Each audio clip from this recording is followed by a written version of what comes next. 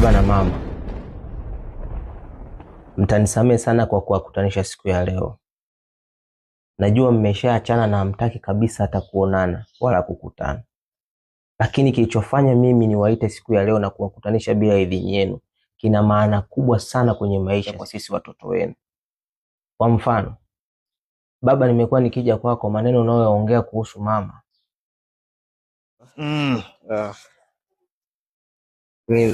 naomba nikuachie kidogo ya soda. Asante sana mwana. Nadhani wiki ijayo nitakuja tena kukutembelea. Karibu baba. Sasa baba, kosea vyote usije ukakosea kuoa. Mimi nilikosea kuoa, kumwoa mama yenu. Ni sababu nilipiga mbaya kabisa. Unajua kwa nini baba? Wakati napambana nikiwa kijana, nijitengeneze kiuchumi, mama yako alikuwa anabomoa. Niko huko naendesha magari yangu, mimi nilikuwa naendesha magari ya masafa marefu. Naambiwa kwamba kuna kidume kingine kinakuja ndani kwangu kinalala na mama yenu. Mama yenu alikuwa ni malaya. Yote tisa mama yenu ambacho kinanuma, mimi napambana yeye ananiroga. Niwe zumbukuku. Baba. Hivi unajua sisi watoto hatutakiwi kuelewa nyie kosa lile wakosanisha na mama. Hatutakiwi kabisa kulijua. Nakwambia kwa sababu wewe ni mwanaume na anemjenga mwanaume ni babake. Basi tutaongea siku nyingine baba. Acha niwahi kazi. Sawa. Zingatia lakini hilo. Vivyo hivyo mama. Nikija kwako maneno unayoongea kuhusu baba.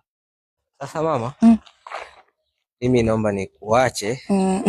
Niwahi kwenye majukumu huko, nadhani wiki ijayo nitakuja tena. Karibu sana mwanangu. Haya mama. Subiri kidogo mwanangu.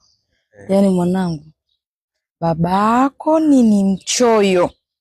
Babako ana roho mbaya mpaka kwenye nafsi yake. Hivi unajua babako hata ndugu zangu kwa kijana afukuza.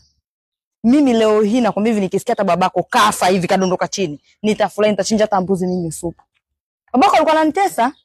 Nilikuwa na mimba, alikuwa ananipiga. Yule baba amna. Najuta kuona yule baba, najuta. Na namshukuru Mungu nimeachana naye.